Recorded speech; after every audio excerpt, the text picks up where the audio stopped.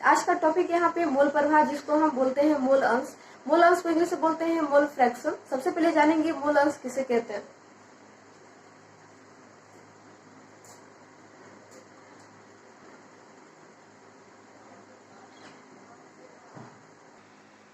यहाँ पे लिखा हुआ है मोल अंश या मोल प्रभाज। मोल अंश को ही मोल प्रभाज कहते हैं, इसका इंग्लिश होता है मोल फ्रैक्शन। तो मोल अंश या मोल प्रभाज किसे कहते हैं? तो किसी बिलियन में मौजूद पदार्थ के मोलों की संख्या, किसी बिलियन में मौजूद पदार्थ के मोलों की संख्या और उस बिलियन में मौजूद सभी अवयवों के कुल मोलों की संख्या के अनुपात को उस पदार्थ का मोल अंश या मोल प्रभाज कहा जाता है। जैसे यहाँ पे दिया हुआ है, यदि बिलियन में दो पदार्थ ए तथा बी मौजूद हो और पदार्थ ए के मोलों की संख्या Na तथा पदार्थ बी के मोलों की संख्या Nb हो तो पदार्थ ए का मोल अंश यहाँ पे हो जाएगा XA बराबर Na/Na प्लस Nb। यानी कहने का मतलब है जिसका मोल निकाला जाता है उसको ऊपर रखेंगे और नीचे टोटल मोल, सॉरी जिसका मोल अंश निकालना होता है उसका मोल ऊपर रखेंगे और नीचे टोटल मोल, तथा पदार्थ बी का मोल अंश, पदार्थ बी का मोल अंश निकालना है तो XB बराबर हो जाएगा Nb/Na प्लस Nb। यानी कहने का मतलब है जिसका मोल अंश निकालना है उसका मोल ऊपर रखेंगे और नीचे टोटल मोल। चलिए इस मोल अंश पे कुछ क्वेश्चन सॉल्व करते हैं।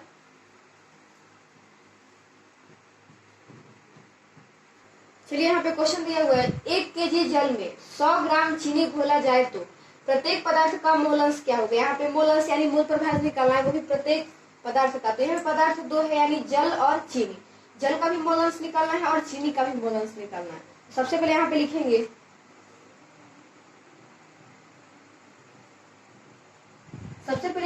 प्रश्न से स्पष्ट है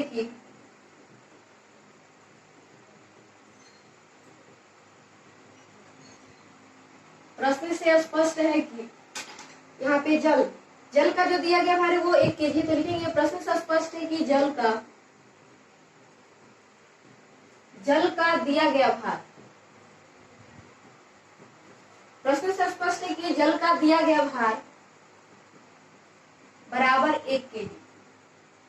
यहाँ पे केजी में है तो सबसे पहले ग्राम में बदलेंगे तो यहाँ पे हो जाएगा 1000 ग्राम। 1 kg बराबर होता है 1000 ग्राम। अब लिखेंगे तथा चीनी का दिया गया भार,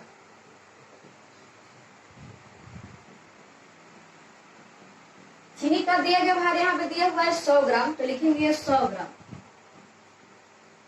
तो मोल अंश निकालने के पहले सबसे पहले मोलों की संख्या निकालना जरूरी है। तो मोलों की संख्या निकालने से पहले मोलों की संख्या बराबर होता है दिया गया भार वही अणु भार। तो सबसे पहले हम यहाँ पे अणु भार निकालेंगे। इसलिए जल का अणु सूत्र होता है H2O। तो जल H2O का अणु भार बराबर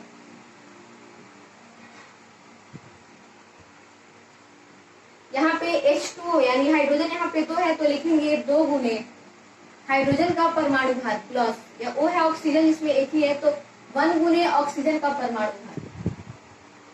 2 गुने हाइड्रोजन का परमाणु भार 1 होता है तो 1 प्लस 1 गुने ऑक्सीजन का होता है यहाँ पे 16, यानी 2 में 1 से गुना करेंगे तो 2 प्लस 16 में 1 से गुना करेंगे तो 16 बराबर 18 ग्राम प्रति मोल। यहाँ पे जल का हम अणु भार निकाले तो आया 18 ग्राम प्रति मोल। अब उसके बाद निकालेंगे चीनी का, तथा चीनी का अणु सूत्र होता है C12H22O11। चीनी का अणु भार बराबर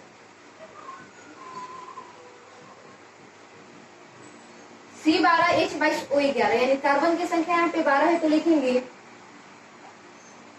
12 गुने कार्बन का परमाणु भार प्लस H22, यानी हाइड्रोजन की संख्या यहाँ पे 22 है तो लिखेंगे 22 गुने हाइड्रोजन का परमाणु भार प्लस O11, ऑक्सीजन यहाँ पे 11 है तो लिखेंगे 11 गुने ऑक्सीजन का परमाणु भार।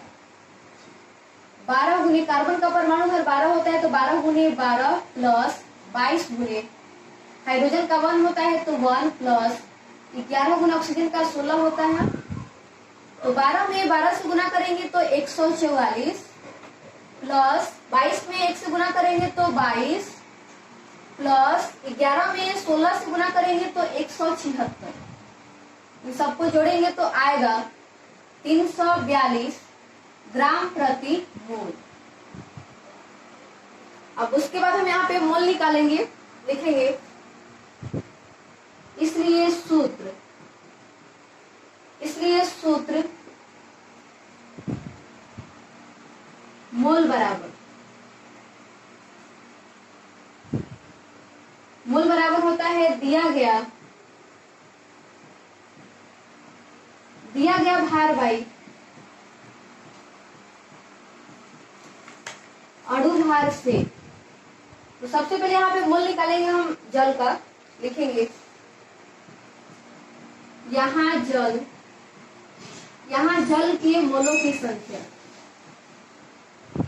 यहाँ जल के मोलों की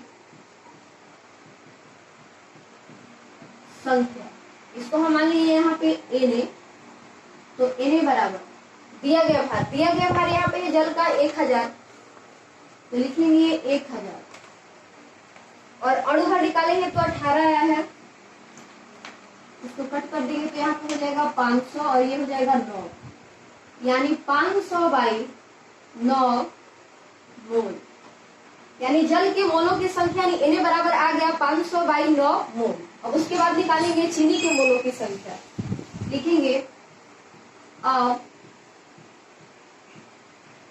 चीनी के मोलों की संख्या,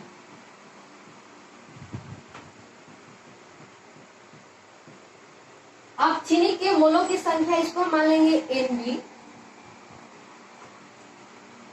तो इसका दिया गया भार, चीनी का दिया गया भार यहाँ पे दिया गया है कितना 100 ग्राम, तो यहाँ पे हम लिखेंगे 100 और इसका अणु भार आया है 342,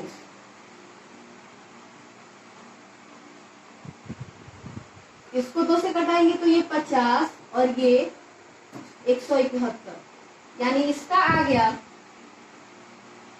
50 बाई 171 मोल, यानी Na बराबर आ गया 50 बाई 9 मोल, Nb बराबर आ गया 50 बाई 171 मोल। अब लिखेंगे इसलिए सूत्र मोल अंश बराबर, यानी XA बराबर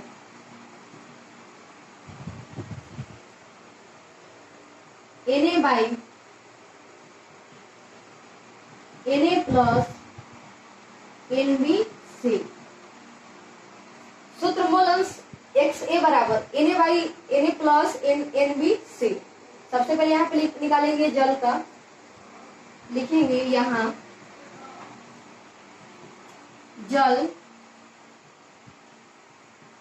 जल का मोल अंश XA बराबर, यहाँ पे जल का मोल अंश यहाँ पे XA है, तो चलिए जल का मोल अंश निकालेंगे यानी XA, लिखेंगे यहाँ पे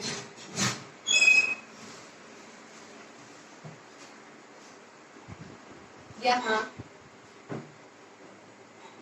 जल का मोल अंश यानी XA, जल का मोल अंश XA बराबर, यहाँ पे है Na के मोलों की संख्या कितना है 500 बाई 9, 500 बाई 9 और यहाँ पे Na है तो फिर उसके बाद वही रखेंगे 500 बाई 9 प्लस Nb पे यहाँ पे 50 बाई 171, यानी 50 बाई 171, यहाँ पे हो जाएगा 500 बाई 9 और 171 का लघुत्तम निकालेंगे तो आएगा 171, 9 से 171 में भाग देंगे तो आएगा 19 और 19 में 500 से गुना करेंगे तो 9500 प्लस 171 से 171 भाग देंगे तो 1 आएगा, 1 में 50 से गुना करेंगे तो 50 बराबर 500 बाई 9 और यहाँ पे 95, 100 में 50 जोड़ेंगे तो आ जाएगा 9550 बाई 171, यानी 500 बाई 9 गुने 171 बाई 9550। ये 0 से 0 कट जाएगा, ये कट जाएगा 170 19 बार में, 5 से कटाएंगे तो ये 10 बार में, और ये 191 बार में, यानी 19 में 10 से गुना करेंगे तो 190 बाई 191। और मूल अंश का कोई मात्रक नहीं होता है, क्योंकि ये दो मोलों का अनुपात होता है, इसलिए इसका कोई ऐसा मात्रक नहीं होता है। तो इस तरह से हम जल का मूल अंश निकालिए। अब लेकिन चीनी का भी मूल अंश निकालना है, तो लिखेंगे यहाँ पे अब चीनी का मूल अंश। अब चीनी का मूल अंश बराबर, तो चीनी का है यहाँ पे XB बराबर, अब चीनी का मूल अंश, अब चीनी का मूल अंश, तो ये था XA, तो इसको हम मान लेंगे XB। तो XB बराबर, जिसका मूल अंश निकालना है उसका मूल ऊपर लिखेंगे और नीचे टोटल मूल। तो यहाँ पे चीनी का निकालना है, तो यहाँ पे क्या हो जाएगा, XA बराबर होता है Na by Na plus NB। तो हमको निकालना है यहाँ पे XB, तो यहाँ पे Na की जगह पे रखेंगे NB,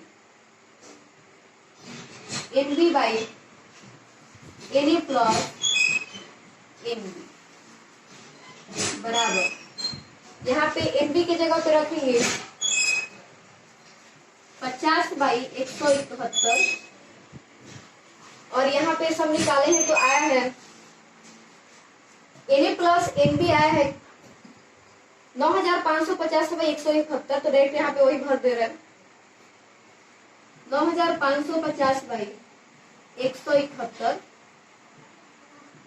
50 बाई 171 गुने 171 ऊपर चला जाएगा, तो 171 बाई हो जाएगा 9550। 171 से 171 कट जाएगा, ये 0 से 0 कट जाएगा, 5 से 1 कट जाएगा 191 बार, यानी यहाँ पे आ गया 1 बाई 191, 1 बाई 191, यही आंसर हुआ। यहाँ पे कुछ नोट लिखा हुआ है, जब कोई बिलियन दो पदार्थ A तथा B से मिलकर बना हो जिनके मूल अंश क्रमशः XA तथा XB हो, तो XA प्लस XB बराबर 1, अर्थात किसी बिलियन में मौजूद कुल पदार्थों का मूल अंश बराबर 1 होता है। जैसे एक का दिया हुआ मूल अंश तो हम दूसरे का निकाल सकते हैं, जैसे XA बराबर 1 माइनस XB। जैसे यहाँ पे मान लीजिए दिया हुआ है, हमको XA का मान हम निकाल चुके, XB निकालना है, तो XB बराबर 1 माइनस XA, 1 माइनस अभी हम X निकाले हैं तो कितना आया है, X से निकाले हैं तो आया है 190 बाई 191, 190 बाई 191, यानी 191 माइनस 190 बाई 191, यानी 1 बाई 191। XB बराबर आ गया 1 बाई 191 में, जैसे यहाँ पे निकाले हैं तो आया है 1 बाई 191। इस फॉर्मूला का सबसे बड़ा फायदा ये है कि एक का मूल अंश अगर है तो दूसरे का मूल अंश हम निकाल सकते हैं, उसमें से 1 माइनस कर देंगे तो दूसरे का मूल, पहले में से 1 माइनस कर देंगे तो दूसरे का मूल अंश निकल जाएगा। चलिए इसके आधार पे कुछ क्वेश्चन लिख दे रहे हैं और उसका आंसर लिख दे रहे हैं ताकि आप लोग खुद से सॉल्व करें और आंसर मिले। यहाँ पे क्वेश्चन नंबर 1 में कुछ यहाँ पे टाइप से लिखे हुए हैं, तो यहाँ पे ए है 100 ग्राम जल में 5 ग्राम यूरिया, यूरिया का अणु सूत्र होता है NH2CO NH2, घोला गया हो तो इस जलीय विलयन में प्रत्येक पदार्थ का मूल अंश ज्ञात करें। इससे प्रत्येक पदार्थ कौन कौन सा हुआ, जल हुआ और यूरिया हुआ। जल का मूल अंश निकालिएगा तो आएगा 0.984 तथा यूरिया का निकालिएगा x यूरिया बराबर तो आएगा 0.016। बी नंबर देखते हैं 25 ग्राम ग्लूकोज का अणु सूत्र होता है C6H12O6 को 50 ग्राम जल में खोला जाए तो बिलियन में प्रत्येक पदार्थ का मोल अंश क्या होगा। इसमें प्रत्येक पदार्थ का मोल अंश निकालना है, जिसमें ग्लूकोज है और जल है। तो ग्लूकोज का निकालिएगा तो आएगा 1/181 तथा जल का निकालिएगा तो आएगा 180/181। चलिए आज की वीडियो में बस इतना ही, मिलते हैं अगले वीडियो में नए क्वेश्चन के साथ। तब तक के लिए राधे राधे।